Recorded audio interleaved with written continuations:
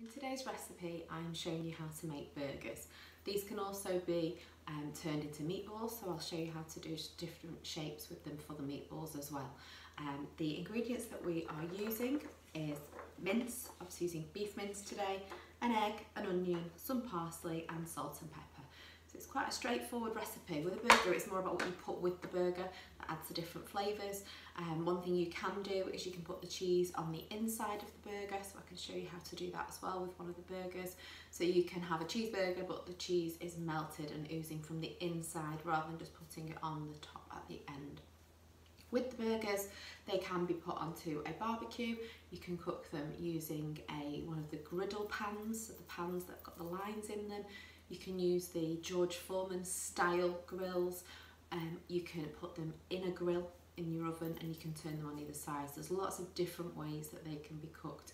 These today are going to be going on the barbecue, but I will show you as though I'm going to put them on the grill as well, but it's just exactly the same, but the heat's at the top rather than below, and it'll be just a case of still turning them over just like I would be doing on my barbecue.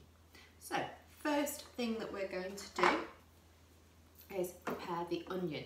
There is a separate tutorial, the link is below the video, of how to cut up the onion. So obviously doing it close up and showing you the different ways of cutting the onion. Today we are finely dicing the onion.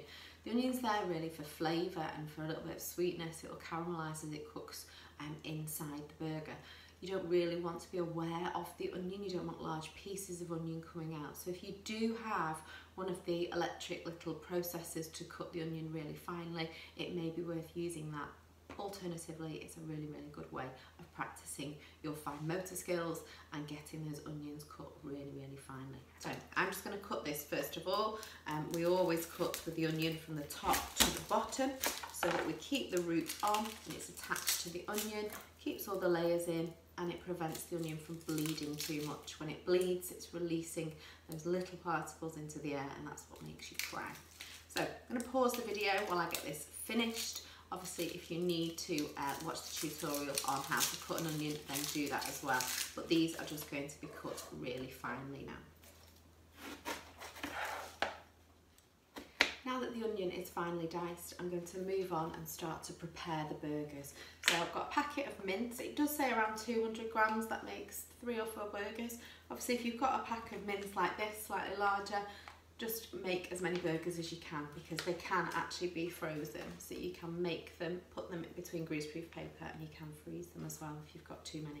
So obviously it's a little bit of getting your hands in with this, but we've got the mince going into here.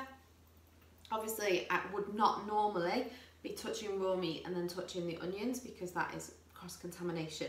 For this purpose, I'm about to put the onions in with the raw, so that is okay. You've just got to be very careful about thinking about what you're touching with cross-contamination to avoid it.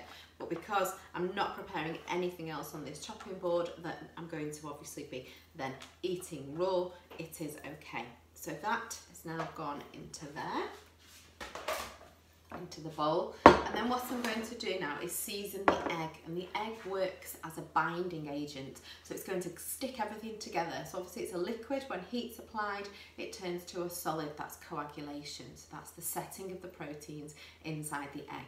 So as they set and go hard, they will hold the structure of the burger together, so they're really good for binding.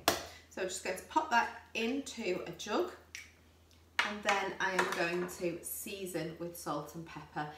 Obviously I'm going to wash my hands first before I season with the salt and pepper, beat the egg, and then we're going to pour it into here. So I'll just wash my hands and then we'll move on. First of all, using a fork, spoon, you can even use the knife that you've cut the onions with, just mixing the egg so that you're breaking that yolk and really mixing them together.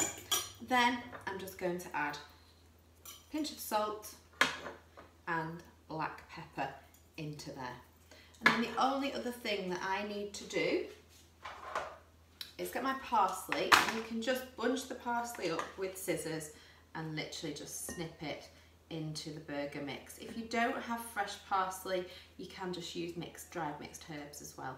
Or if you're not really keen on the herb type texture or flavour, then you can just leave them out completely. Just make sure you've got a good pinch of salt and pepper in there for the flavour instead. So once they're all in there, we're going to add in the egg that's been seasoned with salt and pepper. And then, looks like this. You can now get your hands in, and we really do need to squeeze this together. So we need to really combine all of those ingredients. It's quite slimy. Few people don't really like this stage, but the quicker that you get used to it, the more confident that you become. It's just a texture, and I know some people are a bit funny with the textures, so they might need a little bit more practice, but it really is very difficult to do with a spoon. It is better to get your hands in. So we're really squishing it all together, really bringing those ingredients through the mince. So we don't want lumps of mince at all. We want all of the ingredients being put together so that are really well combined. So once it's all mixed in together, by squeezing it all through, you're getting that egg going right the way through the mixture as well, because we do need every burger to kind of have that egg in it for the setting process, so that it really binds it together and sets the burger mix. So you can see now, all mixed in, little bits of onion. So just gonna create it onto a plate. So we're kind of doing patties. So you want to get a piece a bit smaller probably than a tennis ball. Not too much smaller, but obviously this is going to be a burger, not a meatball. So we want that. You want to really, again, really shape it around in your hand. Use the curves of your hand to get that into a ball. And then you're just pressing down lightly. Don't want it to be too thin, and you want to be looking at it. It's not going to go bigger. If anything, it will slightly shrink when you cook it, because those protein molecules will start to tighten as it denatures. So the heat will go onto it, the protein structure slightly changes, and it will pull it in tighter as some of that liquid is squeezed out. So do be aware, don't start it off too small, because it's going to go even smaller. So once you've got it as the little patty shape like that, just pop it onto your plate where you're going to put it into the oven, on the grill, on your barbecue, and do that with all of them. If you want to do a meatball, just let me show you. Obviously, I'm not going to keep them as meatballs. You just seal these in a pan. You just go with a smaller size with the mince, and you can just roll it around. And minced meatballs are really good to use a mixture of beef and pork minced together. That can be a lovely alternative. And turkey mince, if you want to go with a healthier alternative, lower saturated fat, turkey mince is really good. So you're doing exactly the same. All I've done is I've made it slightly smaller so that it cooks through evenly, and you're just rounding it, you're just not going to squash it at the end. So that's how you would do a meatball. Now, the only thing that I haven't shown you yet is how to do a cheeseburger with the hidden cheese. So I'm just going to wash my hands as I'm not sliced the cheese, and I'll come back to you with the slice of cheese and I'll show you how we do that as an alternative. So with the cheese, I've cut quite a thick square of cheese. You don't want to do it too wide, because obviously you need to try and hide it within it. So it will spread out and it will melt. So inside the burger, as it's cut in half, will have that cheese oozing out. Then all you're going to do is you're going to get the kind of size of the burger mix that you want, and you're going to push it through the middle like so, and then surround that cheese within a ball. So you don't want to be able to see the cheese at all, but you want to kind of remember whereabouts it is. So you don't want to try squashing it if the cheese is this way. So you do need to kind of consider where you've put it. So now my cheese is completely contained, and I know my cheese is this level.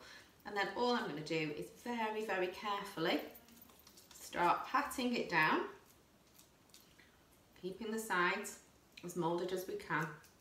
Just keep squeezing it down until you reach that size, that shape that you want. So you're looking for about 1.5 to 2 centimetres thickness for your burger, so that it cooks evenly. And then once it is done, like so, you can pop that onto the plate, and that's got hidden cheese in it. So I'm going to do another hidden cheese one, but that's basically how you create the burgers. Once they're ready to go on, I will just go through the process if you're doing it under the grill with you. Obviously mine will be cooked on barbecue tonight, and then I will have a photograph at the end to show how that has worked. So I now have the 4 burgers made. They're all even in size, depth as well, so that there's that consistency. So they'll all cook evenly, they'll be ready at the same time. So if you were doing this as a grill, this is what I'm just going to show you, although I'll use barbecue. You use your grill pan, and it's up to you.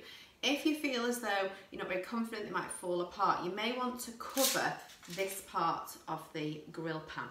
If you feel as though they're large enough and you'll be able to get the spatula underneath them, then you can just put the foil underneath, and it just saves on all of the excess fat that oozes from them going into the baking tray and then making it. You can just scrunch that up at the end and throw it away. It just saves a little bit of cleaning and washing up.